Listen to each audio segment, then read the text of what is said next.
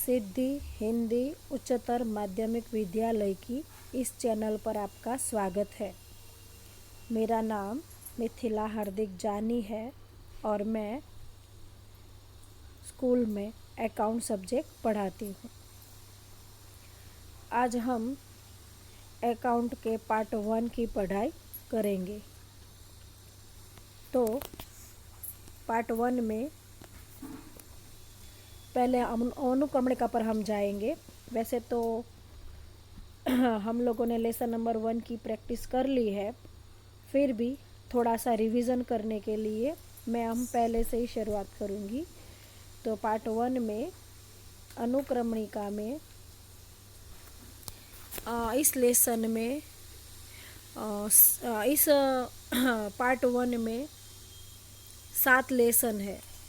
पहला लेसन साझेदारी विषय प्रवेश, दूसरा साझेदारी पेढ़ी के वार्षिक हिसाब, तीसरा ख्याति का मूल्यांकन, चौथा साझेदारी का पुनर्गठन, पांचवा साझेदार का प्रवेश, छठा साझेदार की निवृत्ति या मृत्यु और सातवां साझेदारी पेढ़ी का विसर्जन। तो पहला लेसन जो साझेदारी विषय प्रवेश है वो हम पढ़ चुके हैं, ठीक है। उसमें मैंने थियरी आपको समझाई थी और शॉर्ट क्वेश्चन करवाए थे और वो लेसन 4 मार्क का था। आज हम अब लेसन 4 की तैयारी करेंगे। तो लेसन 4 में एक 3 मार्क का सवाल पूछते हैं सेक्शन सी में, शॉर्ट क्वेश्चन, और 1 मार्क का ए में और 1 मार्क्स का बी में। इस तरह से 5 मार्क्स का ये लेसन है। दूसरी एक बात बहुत इम्पोर्टेंट ये है कि चौथा लेसन अगर आपको परफेक्ट आएगा तो ही आप 5वां लेसन और 6ठा लेसन कर पाओगे, क्योंकि साझेदारी का पुनर्गठन में जो आप मुखाता बनाना सीखोगे वो 5वें और 6ठे दोनों लेसन में पूछे गए हैं, ठीक है। तो चौथे के लिए 5वां 6ठा बहुत ज़रूरी है, और अगर 5वां 6ठा ध्यान नहीं आया नहीं तो आपके बहुत ज़्यादा मार्क्स का लॉस होगा, क्योंकि 5वां लेसन और 6ठा दोनों 9 मार्क्स के हैं, यानी कि 18 मार्क्स। 8 मार्क्स का बड़ा सवाल पूछा जाएगा 5वें में से और 8 मार्क्स का बड़ा सवाल पूछा जाएगा 6ठे लेसन में से। तो 8 और 8 दो बड़े सवाल 16 मार्क्स के और 1-1 मार्क की थियरी, तो दोनों चैप्टर मिला के है 18 मार्क्स। अब आप सभी सब्जेक्ट को देखो तो कोई भी सब्जेक्ट में 12वीं के अकाउंट में 12वीं के पूरे कोर्स में कोई भी सब्जेक्ट में 5 मार्क्स से ज़्यादा बड़ा सवाल किसी में नहीं है। अकाउंट एक ही ऐसा है जिसमें 8 मार्क्स, 12 मार्क्स, 11 मार्क्स ऐसे सवाल पूछे जाते हैं। तो 8-8 मार्क्स के 2 सवाल, यानी आपके 100 मार्क्स का जो पेपर है उसमें 18 मार्क्स तो ये 2 लेसन से ही आ गए, तो बहुत इम्पोर्टेंट है। और चौथा जो लेसन है वो 5 मार्क्स और ये दोनों 9 18 मार्क्स, यानी 3 लेसन मिला के बहुत अच्छा है। 1 बाय 1 गेट 2 फ्री की जैसी भी ऑफर है, तो इस पर आप ध्यान दीजिएगा। अब हम लेसन पर आगे बढ़ते हैं। हम देखेंगे चौथा लेसन साझेदारी का पुनर्गठन। तो उसमें हम देखेंगे कि क्या क्या मुद्दे हैं। तो चौथे लेसन में पहले प्रस्तावना देखेंगे, उसके बाद चालू साझेदारों के बीच लाभ हानि वितरण या बंटवारे का प्रमाण, पुनर्मूल्यांकन खाते की समझ, अनामत और एकत्रित लाभ का वितरण, ख्याति, ये 5 मुद्दे इस लेसन में हम सीखेंगे, ठीक है। तो ये 5 मुद्दे बराबर सीखेंगे तो ये लेसन हो जाएगा परफेक्ट। उसमें से बहुत इम्पोर्टेंट है तीसरा मुद्दा, पुनर्मूल्यांकन खाते की समझ। तो जो पहला मुद्दा है प्रस्तावना, वहाँ से हम शुरुआत करेंगे। तो उसमें परिभाषा पहले देखेंगे कि ये जो लेसन हम पढ़ने वाले हैं जिसका नाम है साझेदारी का पुनर्गठन, तो पहले उसका हम मतलब समझ लेते हैं। साझेदारी का पुनर्गठन अर्थात कि विभिन्न कारणों से साझेदारी में होने वाले परिवर्तन, तो पहले मैं आपको उदाहरण दूंगी। उदाहरण में ये कि घर में हम कई बार फर्नीचर करवाते हैं तो उसका कारण क्या होता है, भाई पुराना फर्नीचर टूट गया है या कुछ नया चाहिए, तो इसलिए हम नया फर्नीचर करवाते हैं। कई बार कलर करवाते हैं या कोई नई चीज़ लाते हैं, तो उसके अलग अलग कारण होते हैं। उसी तरह से साझेदारी ऑलरेडी चल रही है, ठीक है। अब साझेदारी जो चालू साझेदारी है उसमें कुछ नया लाना है या कुछ परिवर्तन करना है।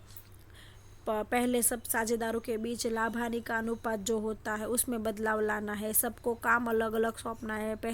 पिछले साल जो काम सौंपा जाता था उसमें अब बदलाव करना है या सबके कार्य की मर्यादा तय करनी है। बहुत सारे अलग अलग कारण होते हैं, तो उस वजह से साझेदारी में परिवर्तन आता है। इसे कहते हैं साझेदारी का पुनर्गठन, यानी कि एक नए तरीके से उसकी शुरुआत। तो पहले परिभाषा, ये 1 मार्क्स की परिभाषा बहुत इंपॉर्टेंट है। साझेदारी का पुनर्गठन अर्थात क्या, फिर से देखेंगे, विभिन्न कारणों से साझेदारी में परिवर्तन, यानी ऑलरेडी जो साझेदार है उनके या तो काम में या तो लाभ हानि के अनुपात में या अलग अलग प्रकार से परिवर्तन। कोई साझेदार नया आएगा तो परिवर्तन आएगा, एक साझेदार व्यवसाय छोड़ के जाएगा तो परिवर्तन आएगा, वैसे। अब हम आगे देखेंगे तो परिवर्तन के कारण क्या है।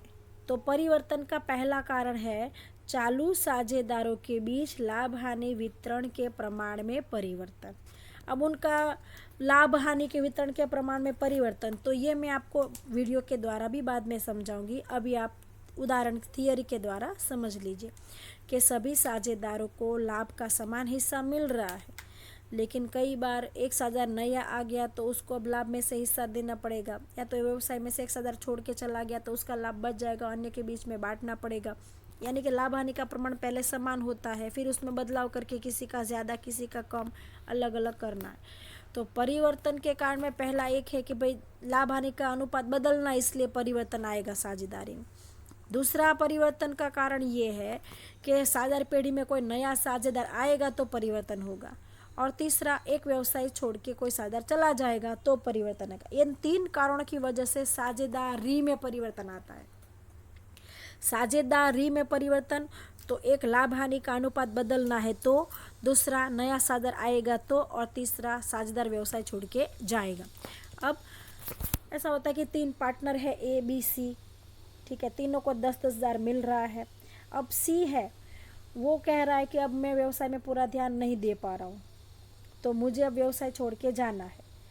तो C अपना हिस्सा आधा कर लेगा, बोलेगा मैं आधा समय दूंगा, तो 10-10 हज़ार तीनों को मिल रहा है लाभ। अब वो आधा समय देगा तो उसको लाभ भी आधा हो जाएगा।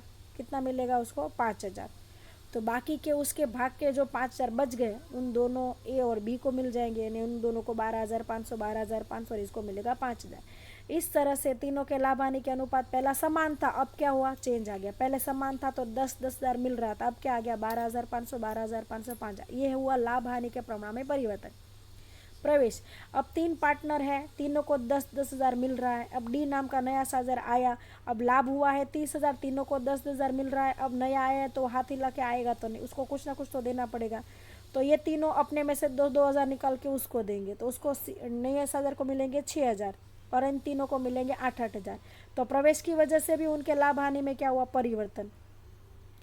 मृत्यु, अब 3 साझेदार है, C नाम का साझेदार की मृत्यु हो गई या निवृत्ति हो गया तो उसके हिस्से का 10 हज़ार इन दोनों को मिल गया 15-15 हज़ार, तो भी लाभ हानि का अनुपात में क्या आया? परिवर्तन। तो बहुत सारे कारणों की वजह से साझेदारी में परिवर्तन आता है। तो ये 3 कारण है, इन 3 कारणों की वजह से साझेदारी में क्या होता है? परिवर्तन। ठीक है।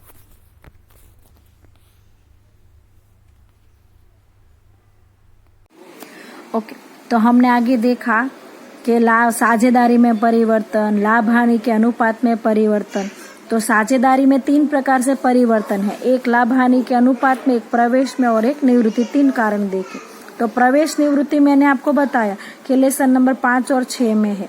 तो हम पहला जो कारण है लाभ हानि में परिवर्तन वो देखेंगे, तो वो मैं आपको उदाहरण के द्वारा समझाती हूँ। 3 पार्टनर है, तीनों का हिस्सा क्या है? समान। ठीक है। अब पेढ़ी को लाभ हुआ है 30,000, यह है पेढ़ी का लाभ। अब तीनों का हिस्सा समान है तो तीनों को कितना मिलेगा? 10-10 हज़ार। तीनों को 10-10 हजार मिल रहा है। अब ऐसा हुआ कि सी ऐसा कह रहा है कि मैं व्यवसाय छोड़ के जाना चाहता हूँ, मैं अपना व्यवसाय में लाभ हानि का अनुपात अब आधा समय, पूरा समय में नहीं दे पा रहा हूँ या आधा समय दूंगा। तो व्यवसाय सोचता है कि इसका आधा समय ये देगा तो इसको आधा लाभ मिलेगा, तो इसके 5,000 माइनस हो जाएंगे। इसको ये संपूर्ण समय दे रहे हैं, इन सबको 10-10 हजार मिलेंगे। अब इसके जो बच्चे हैं ये 5,000 इन दोनों के बीच में बट जाएंगे। तो इसको कितना मिलेगा 2500, इसको भी कितना मिलेगा 2500, इसको कुछ नहीं और इसका वही का वही 5,000, क्योंकि इसने अपना हिस्सा कितना कर दिया, आधा। तो यहाँ पर क्या हुआ, आप देखो पहले हिस्सा क्या था, समान, तो समान लाभ था। अब हिस्सा अब लाभ समान है तो लाभ समान नहीं है, तो लाभ हानि का अनुपात क्या हुआ, समान था वो बदल गया, है ना। तो ऐसे अलग अलग बहुत सारे कारण हो सकते हैं। शायद कोई साझेदार व्यवसाय में से चला जाए तो इसके पूरे के पूरे 10,000 इन दोनों के बीच में बांट दे। शायद इन तीनों में एक नए साझेदार की एंट्री हो जाए तो इन तीनों को अपना अपना थोड़ा थोड़ा हिस्सा डी को देना पड़े। यानी अलग अलग बहुत सारे ऐसे कारण हो सकते हैं जिसकी वजह से सभी साझेदार आपस में सोचते हैं कि जो लाभ हानि का प्रमाण उनका पहले था उसमें हमें अब क्या करना है, परिवर्तन।